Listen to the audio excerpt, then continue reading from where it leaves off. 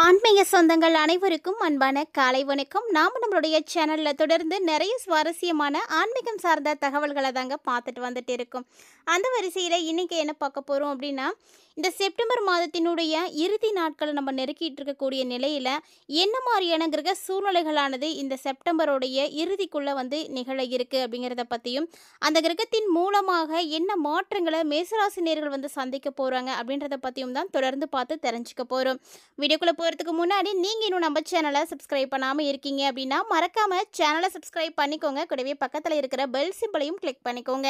அப்போ தான் நாங்கள் போடக்கூடிய வீடியோக்கள் எல்லாமே உங்களுக்கு நோட்டிஃபிகேஷனாக உடனுக்குடன் வந்தடையும். நீங்களும் பார்த்து பயன்பெறலாம். வாங்க வீடியோக்குள்ளே போகலாம். ராசி மண்டலத்தில் முதலாவதாக இருக்கக்கூடிய மேசராசி நேயர்களை பொறுத்த வரைக்கும் பார்த்தீங்கன்னா, எப்போதுமே ரொம்ப ரொம்ப சுறுசுறுப்பாக இருக்கணும் அப்படின்னு நினைக்கக்கூடியவங்க பெரும்பான்மையானோர் இப்படித்தான் இருப்பாங்க.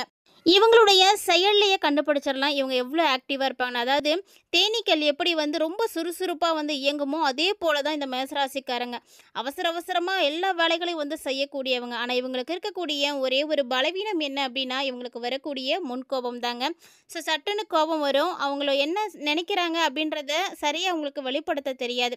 அதை தாண்டி பார்த்தீங்கன்னா, எல்லா வகையிலையுமே ரொம்ப சிறப்பு வாய்ந்த நபர்கள் அப்படின்னா அது மேசராசி நேர்களாக மட்டும்தான் இருக்க முடியும். அவங்கள பற்றி தான் இந்த பதிவில் நம்ம நிறைய விஷயங்கள் பார்க்க போகிறோம். பொதுவாக ஒரு ராசிக்காரர்களுக்கு நல்ல விஷயங்கள் நடக்குது, கெட்ட விஷயங்கள் நடக்குது, அதிர்ஷ்டமானது கிடைக்குது அப்படின்னா பெரும்பாலும் அதுக்கு முக்கிய காரணமாக இருக்கக்கூடியது கிரக நிலைகள் மட்டும்தான்.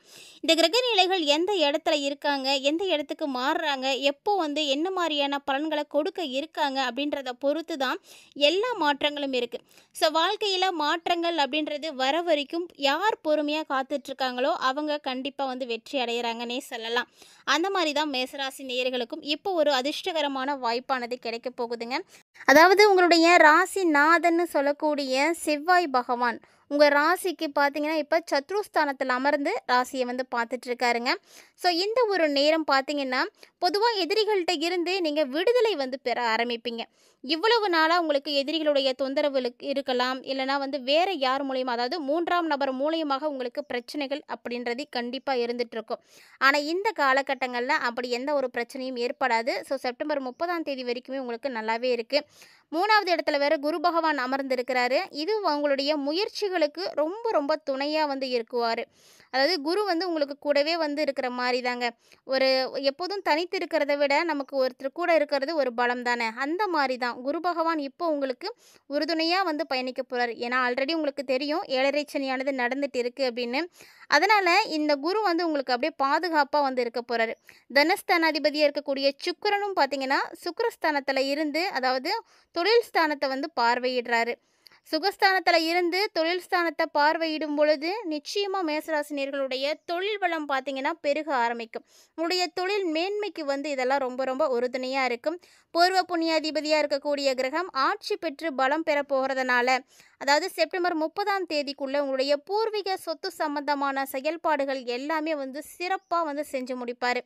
அதாவது எல்லா விஷயங்களையுமே பேசி முடிக்கக்கூடிய நல்ல வாய்ப்புகள் எல்லாம் உங்களுக்கு அமையும். ஒருவேளை நீங்கள் அந்த மாதிரி எதனா விஷயங்களையாவது செய்ய போகிறீங்க அப்படின்னா, அதை செய்யறதுக்கு முன்னாடி கண்டிப்பாக வினைகளை அகற்றக்கூடிய விநாயகர் பெருமானை நீங்கள் வழிபாடு செய்துட்டு அதுக்கப்புறமா செய்யுங்க. ஏன்னா அவரை வழிபாடு செய்துட்டு நீங்கள் செய்யும் பொழுது தான் ஒரு சின்னதாக ஒரு செதறுகாய் மட்டும் உடச்சிக்கோங்க. அப்படி செய்துட்டு நீங்கள் ஆரம்பித்து பாருங்கள், எந்த ஒரு தடையுமே உங்களுக்கு இருக்கவே இருக்காது. ஸோ சூப்பராக நடந்து முடிஞ்சிடும். நீங்கள் என்ன நினைக்கிறீங்களோ அதுபடியே நடக்கும். பொது வாழ்க்கையில் இருக்கக்கூடிய மேசராசி நேயர்களுக்கும் இந்த டைம் அப்படி தாங்க. உங்களுடைய சுயமான செல்வாக்கை நீங்கள் தக்க வச்சுக்கிறதுக்கு நிறைய முயற்சிகள் எல்லாம் செய்வீங்க. ஒருவேளை பொது வாழ்க்கையில் இருக்கக்கூடியவங்களுடைய லைஃப் பார்த்திங்கன்னா, அவங்களுக்குன்னு ஒரு சுயமரியாதை இருக்கும், அவங்களுக்குன்னு ஒரு பேர் புகழ் இருக்கும். 4 பேர்த்துக்கு மத்தியில் அவங்களுடைய நிலை பார்த்திங்கன்னா கொஞ்சம் அதிகமாகவே இருக்கும். ஸோ முதல்ல அதை தக்க வச்சுக்கணும். அப்போ தான் சமுதாயத்தில் அடுத்த கட்டத்தை நோக்கி நம்ம நகர முடியும். அந்த மாதிரியான விஷயங்களுக்கெல்லாம் இப்போ கூடுதல் கவனத்தை மேசராசினியர்கள் செலுத்துவீங்க. பெரும்பாலும் உங்களுடைய முயற்சிகளுக்கு எந்த ஒரு தடையும் இருக்காது. தடைகள் உங்களுக்கு பல வந்தாலுமே கூட அதையெல்லாம் முறியடித்து உங்களுக்கு போராடக்கூடிய சக்தி இருக்குது, திறமை இருக்குது. அதை நீங்கள் முழுமையாக பயன்படுத்திட்டீங்க அப்படின்னாவே போதும். மேலும் பார்த்தீங்கன்னா உங்களுடைய உடல் ஆரோக்கியம் மட்டும்தான் கொஞ்சம் பயப்படுற மாதிரி இருக்குது. ஏன்னா சின்ன சின்ன பிரச்சனைகள் அடிக்கடி ஏதாவது தொந்தரவுகள் அப்படின்றது இருந்துட்டு தான் இருக்கும். அதையெல்லாம் நீங்கள் சரி பண்ணுறதுக்கு முன் வர பாருங்க. அதுக்குரிய முயற்சிகளையும் நீங்கள் கண்டிப்பாக எடுக்கணும். ஒரு சின்னதாக ஏதாவது அறிகுறி தெரியுது அப்படின்னா கூட அதை நீங்கள் வந்து சாதாரணமாக வந்து நினச்சிக்க கூடாது. அதுவும் குறிப்பாக பார்த்தீங்கன்னா ஒரு 45 வயசுக்கு மேலே இருக்கக்கூடியவங்கலாம் எந்த ஒரு சிம்டம்ஸுமே வந்து சாதாரணமாக நினச்சிக்காதீங்க. உடனுக்குடன் வந்து மருத்துவ சிகிச்சைகள் எடுக்கிறது ரொம்ப நல்லது. இளைய வயதில் இருக்கக்கூடியவங்களும் அப்படிதாங்க. அடிக்கடி வந்து வண்டி வாகனங்கள்ல நீங்க பயணிக்கிறீங்க அப்படின்னா, ரொம்பவே கவனமா போயிட்டு வாங்க. பணவரவெல்லாம் உங்களுக்கு எந்த பிரச்சனையும் வந்து இருக்காதுங்க. என்னதான் தடைகள் அப்படின்றது இருந்தாலுமே கூட அதையெல்லாம் முறியடித்து வர முடியும். அந்த ஒரு சக்தி உங்கள்ட்ட இருக்கு. ஸோ பணம் அப்படின்றது வரவேண்டிய இடத்துல உடனே வரல அப்படின்னாலுமே, கண்டிப்பா சரியான நேரத்துக்கு உங்க கைக்கு வந்துடும். அதனால அத பத்தி நீங்க பயப்படாதீங்க. எல்லா வகையான சிரமங்களையும் பார்த்தவங்க தான் மேசராசிக்காரங்க. ஸோ மேசராசிக்காரங்களையும் நீங்கள் சாதாரணமாலாம் சொல்லவே முடியாது. எவ்வளவு பிரச்சனைகள் வந்திருந்தாலுமே அதையெல்லாம் தாண்டி வந்து இருக்கக்கூடியவங்க நிறைய பேர். ஒரு சிலர் தான் பார்த்தீங்கன்னா, அவங்களுடைய தசாபுத்திகள் நல்லா இருக்கக்கூடிய பட்சத்தில் சிறப்பாக வந்து வாழ்ந்திருக்க முடியுமே தவிர, மற்றபடி நிறைய பிரச்சனைகளோடு இருந்திருக்கக்கூடியவங்க தான் மேசராசிக்காரங்க. இருந்தாலுமே உங்களுடைய விடாமுயற்சி தாங்க உங்களை இன்னுமே வந்து சிறப்பாக கொண்டு போயிட்டுருக்கு அப்படின்னு சொல்லணும். அந்த ஒரு விஷயத்தை எப்போதும் வந்து விட்டுறாதீங்க. விடாமுயற்சிகள் நீங்கள் பண்ணும் பொழுது தான் அதற்குரிய நல்ல பலன்கள் எல்லாம் உங்களுக்கு கிடைக்குது. நிறைய சுமைகளாக இருந்து வந்த பல்வேறு விதமான கஷ்டங்கள் எல்லாமே படிப்படியாக உங்களை விட்டு வந்து விலகப் போகுது. அதாவது உங்கள் கூட இருக்கக்கூடிய நண்பர்களே கூட ஒரு சில நேரம் உங்களை வந்து புரிஞ்சிக்கவே மாட்டாங்க. புரிஞ்சிக்காம உங்களுடைய மனசு கஷ்டப்படுற மாதிரி ஏதாவது ஒரு விஷயங்களை வந்து சொல்லிட்டு போகிறதெல்லாம் உண்டு. ஆனால் இந்த காலகட்டங்கள் பார்த்திங்கன்னா உங்களுக்கு எல்லாமே நல்லபடியாக மாறுறதுக்கான வாய்ப்புகள் தான் நிறைய இருக்குது. இது எல்லாமே கூட உங்களுக்கு ஒரு விதமான மன வருத்தத்தை வந்து ஏற்படுத்தி கொடுத்துட்டு தாங்க இருக்குது. ஸோ இன்னுமே நீங்கள் நல்லபடியாக வந்து எல்லா விஷயங்களுமே வந்து நடக்கிறதுக்கு கண்டிப்பாக ஒரு சில நேர காலங்கள் அப்படின்றது எடுக்கும். ஏன்னா விதிப்படி பார்க்கும் பொழுது ஒரு சில விஷயங்கள் நடக்கிறதுக்கு அதற்குரிய நேரம் வரணும். அப்போ தான் உங்களால் அதை வந்து செயல்படுத்த முடியும். ஸோ நம்மளுடைய வாழ்க்கையில் நடக்கக்கூடிய இன்ப துன்பங்கள் எல்லாமே கிரகநிலைகளை பொறுத்து மட்டுமே வந்து ஏற்பட்டுட்டு இருக்கு. இந்த டைமில் உங்களுடைய பேச்சு அப்படிங்கிறது ரொம்ப ரொம்ப துடிப்பாக வந்து இருக்கும்.